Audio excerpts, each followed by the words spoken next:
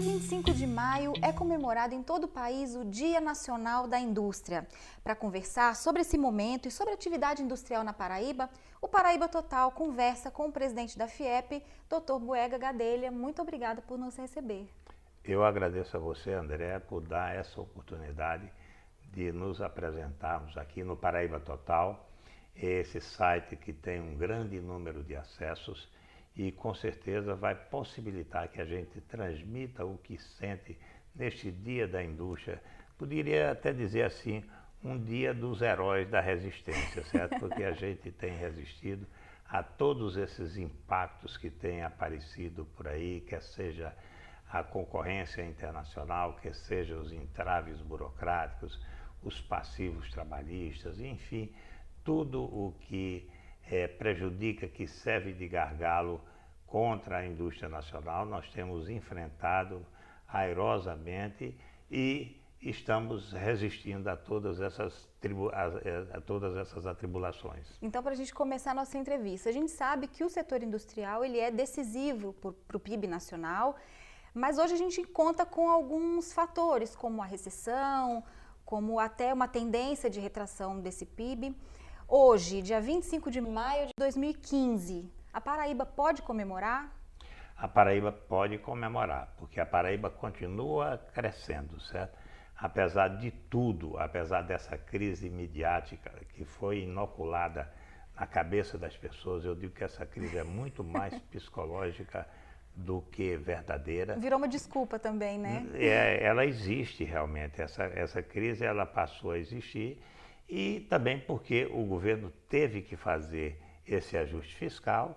Então o ajuste fiscal significa retração de gastos e como o governo representa 40% do PIB nacional, se ele para de gastar, então ele diminui a alegria daqueles que produzem, com toda certeza. Mas nós entendemos que a partir do segundo semestre nós já vamos ter uma vida nova, nós já vamos ter um momento diferenciado, porque a gente já vai conseguir visualizar os horizontes que desenharam para nós, já vamos ter regras mais seguras, porque nesse freio de arrumação a gente não sabe onde bem vai se localizar, mas evidentemente depois que o trem seguir o seu caminho, a sua rota normal, começar uma nova caminhada depois dessa parada brusca, nós vamos crescer com certeza, porque a indústria sempre se adequa a qualquer movimento que seja interposto, já se acostumou a saltar barreiras, a pular obstáculos e a gente vai fazer isso mais uma vez. O senhor falou do bom momento da Paraíba, né? De fato, a gente observou o crescimento de algumas indústrias em Pernambuco, ali na divisa, né, com o nosso estado, fornecedores, tem um polo cimenteiro, fornecedores para o polo da Fiat também. Temos também, agora terminou há pouco tempo, a Gira Calçados, em que o setor calçadista está muito bem, é o segundo do país, né, de produção de pares, e também tem até um bom posicionamento na exportação. Quais outros setores que a gente poderia destacar como contribuintes desse desenvolvimento do Estado? Olha, para você ter uma ideia, a construção civil no trimestre em João Pessoa cresceu 11% em suas vendas. Não só notícias ruins a gente tem. Ninguém comenta muito esse crescimento da indústria da construção civil, que é o motor da economia. Os franceses sempre dizem que se a construção civil vai bem, tudo vai bem. Então esse é um parâmetro muito interessante, porque apesar de dizerem, de propalarem, não comprem imóveis, porque imóvel vai baixar, isso não é verdade. Os imóveis começaram a ser vendidos, continuam a ser vendidos com um crescimento significativo. Isso é muito importante para todos nós. A gente também pode dizer que terminou o ano passado ainda com um crescimento do PIB positivo no Brasil.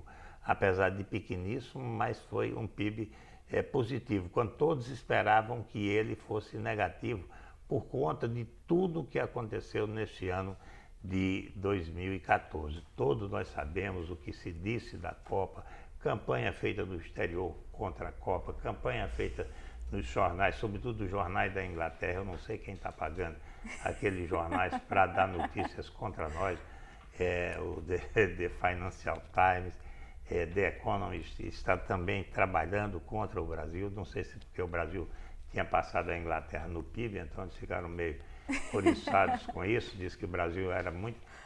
Os jornais ingleses chegaram a dizer que o Brasil sabia que o Brasil era muito bom de futebol, mas não sabia que o Brasil tinha dinheiro não.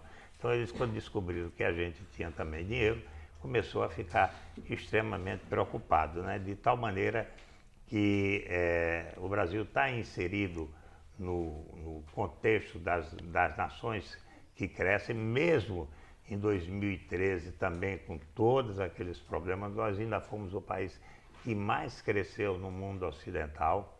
No mundo ocidental nós fomos o país que mais cresceu em 2013. Então, nada para nos assustar, nada para nos apavorar. Quem já viveu plano verão, quem já viveu plano Collor... Viveu e sobreviveu. Viveu e sobreviveu.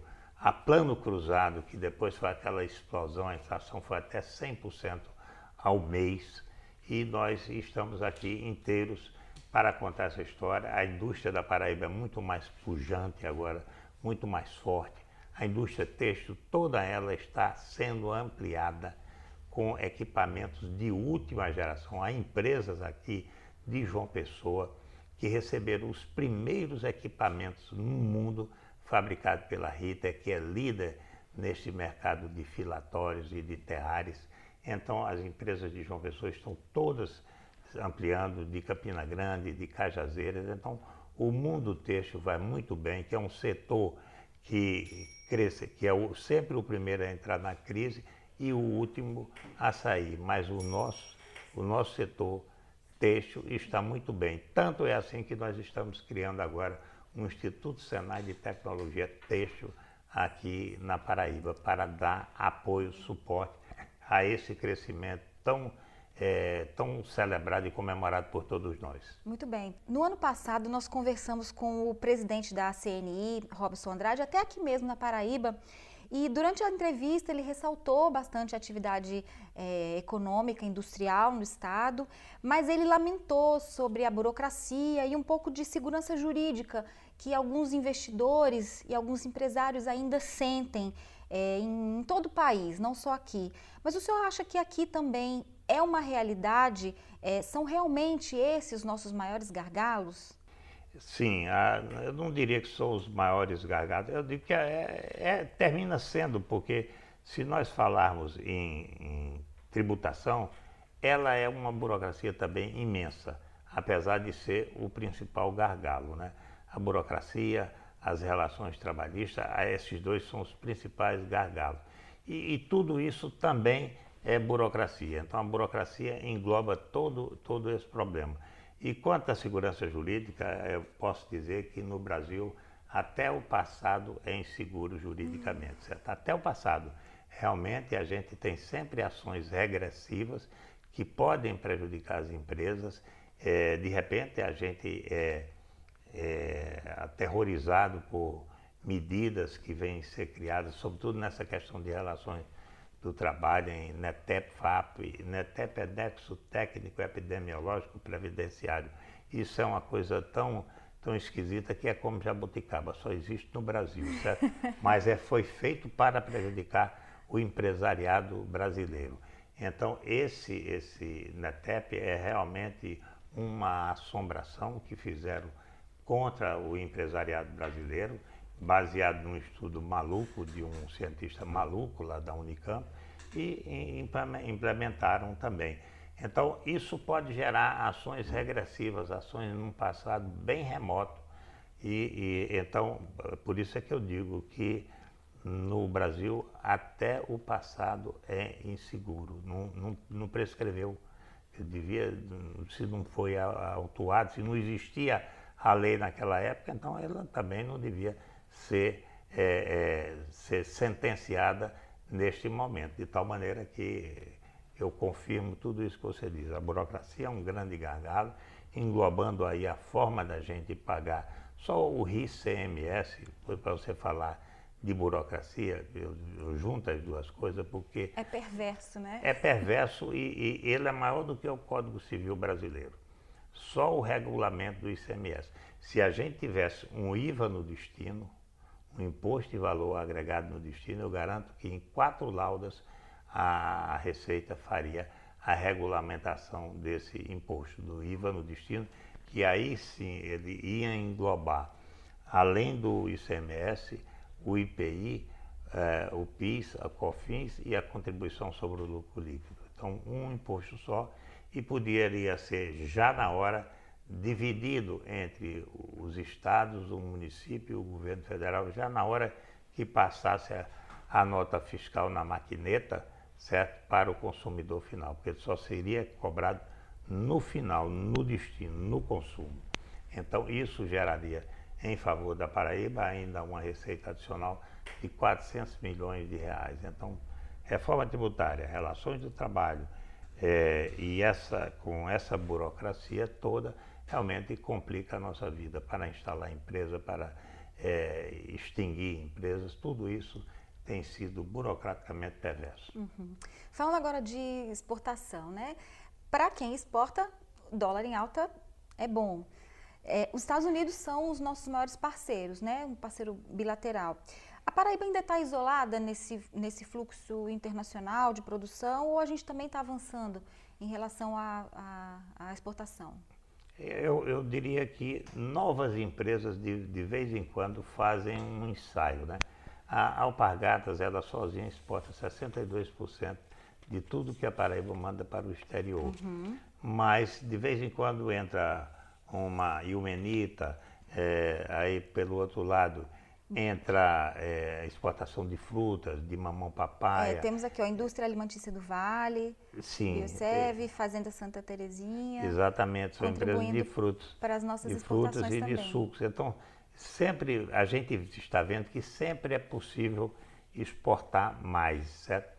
É necessário realmente uma campanha maior e nisso nós vamos nos empenhar de forma muito contundente para que possamos exportar muito mais, porque as exportações são muito importantes, é dinheiro que vem de fora. A economia girar aqui dentro é muito bom, todos nós sabemos, esse mercado de consumo do Brasil é muito importante, muito grande, mas se a gente consegue vender para outros países, são dólares que estão vindo para cá, não é apenas real circulando, certo? Isso aumenta as nossas reservas cambiais, isso aumenta o nosso crédito perante o mundo, porque nós sabemos que antigamente a credibilidade de um país era feita pelo lastro-ouro, né? A segurança era feita pelo lastro-ouro, depois entrou o lastro-dólar e hoje é o risco-negócio. Então, quando a gente exporta bastante, quando a gente gasta menos, então o nosso risco se torna bem menor e a nossa credibilidade no exterior bem maior.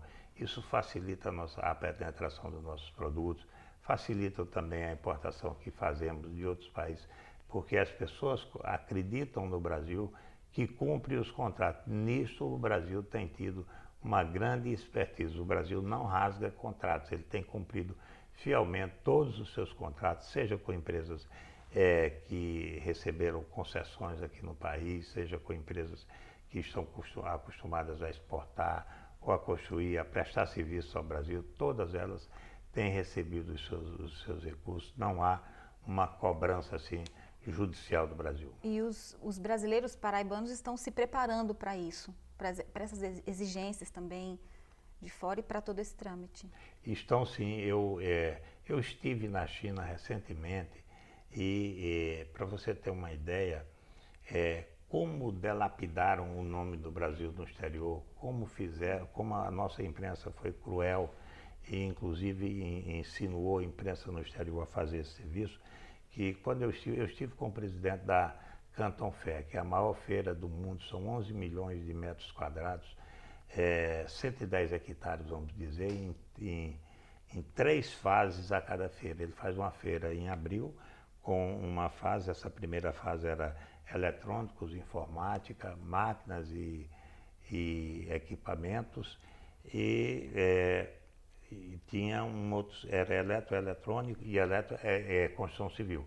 Construção civil, eletroeletrônico, informática e máquinas e equipamentos. Na fase seguinte entraria cosméticos, alimentos e têxtil, e depois ainda tinha uma outra semana de feira com outros produtos. E em outubro, novamente.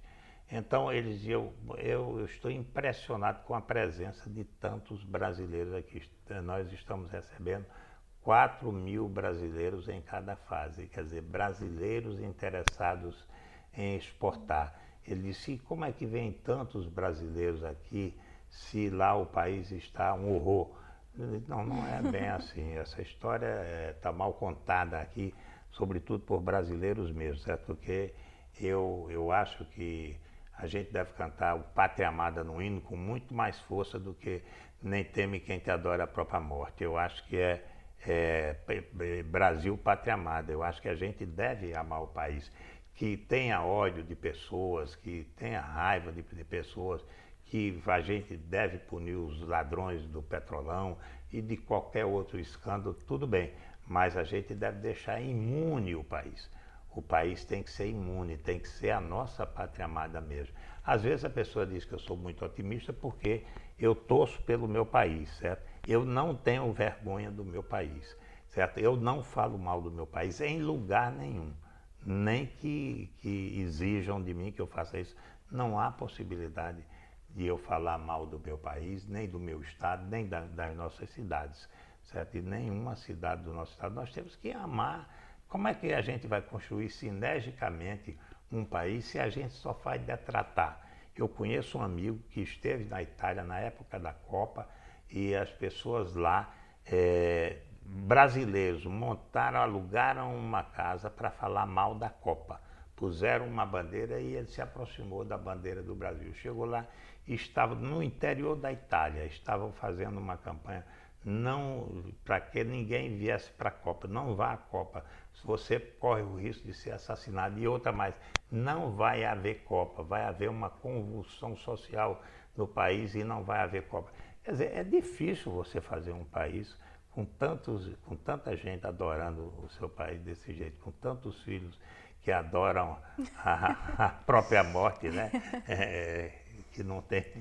Então não é possível. A gente tem que criar uma nova mentalidade. O brasileiro tem que pensar que isso faz parte de sua vida, que isso faz parte da vida dos seus filhos, que isso é um legado que a gente vai deixar para os nossos netos. Eu fico realmente indignado com essa situação e nesse Dia da Indústria eu quero que a gente celebre um pacto de boa convivência, de amor ao Brasil, que é a nossa terra, a terra que nos serviu de berço e a terra que haverá de nos servir de túmulo. É verdade. A FIEP é um órgão muito ativo em relação à capacitação, né, a estar presente na vida do trabalhador e do industriário. Principalmente com as faculdades, né, do Senai, em Campina Grande, João Pessoa. Queria que o senhor falasse um pouco das novidades que vem por aí até o final do ano. A primeira faculdade Senai será aqui em João Pessoa, a Faculdade Senai de Automação Industrial. E essa gente tinha uma obrigatoriedade de passar sobre todo o crivo do MEC, de outro instituto indicado pelo MEC, de seguir todo um trâmite, toda uma burocracia, e nós cumprimos etapa por etapa. Estamos no finzinho e devemos começar o primeiro curso das faculdades Senai em automação industrial em João Pessoa. A partir de julho, com certeza a gente vai começar o primeiro curso. Os demais que a gente queira instalar, a gente pode instalar em qualquer cidade do nosso estado sem o prévio consentimento do MEC. Isso para nós vai ser muito bom, porque a gente vai formar profissionais tecnólogos de nível superior nos diversos ramos, porque o Senai tem essa peculiaridade. No momento em que a gente atinge os objetivos, que a gente consegue a empregabilidade para todos aqueles que fizeram os cursos, a gente suspende e começa outro tipo de curso. Nós não somos obrigados a ficar fazendo como certas faculdades ficam direito a vida inteira, formando a gente 2, 3 mil profissionais do ramo de advocacia no estado. Então a gente forma em automação industrial, forma em moda, forma em torno à CNC, enfim, aquilo que está demandando mais, petróleo e gás, tudo aquilo que está demandando mais no país, a gente vai formando no país e, sobretudo, no estado, né? Então a gente vai começar as faculdades Senai, a gente assumiu agora também Santa Rita, por que não? Daqui a pouco a gente criar um curso superior lá em Santa Rita. Lá ensino médio. Ensino técnico.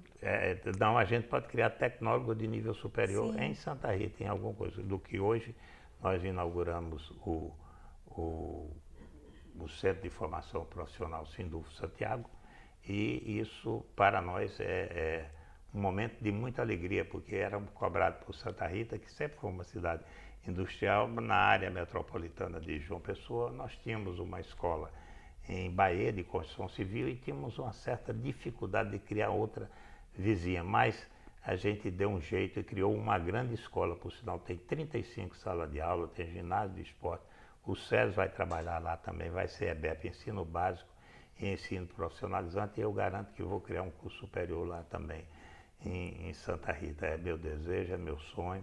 Nós estamos também fazendo uma grande escola, uma escola muito boa em Caaporã, também deverá ter algum curso superior, sobretudo nessa área de metalmecânica, de eletroeletrônica, dado o desenvolvimento daquele novo Eldorado. Pode ficar certo que aquilo é um novo Eldorado. Nesses próximos 2 anos nós teremos 60 mil pessoas novas ali na área, e a gente tem que se preocupar muito com as pessoas. Só em preocupar-se com as pessoas, em construir casas, em colocar água, em colocar telefone, luz, água, estradas, transportes para todo mundo, porque serão 600 ônibus só na Jeep, porque lá eles não chamam Fiat não, lá é Jeep mesmo. É Jeep mesmo, eles querem consolidar a marca Jeep.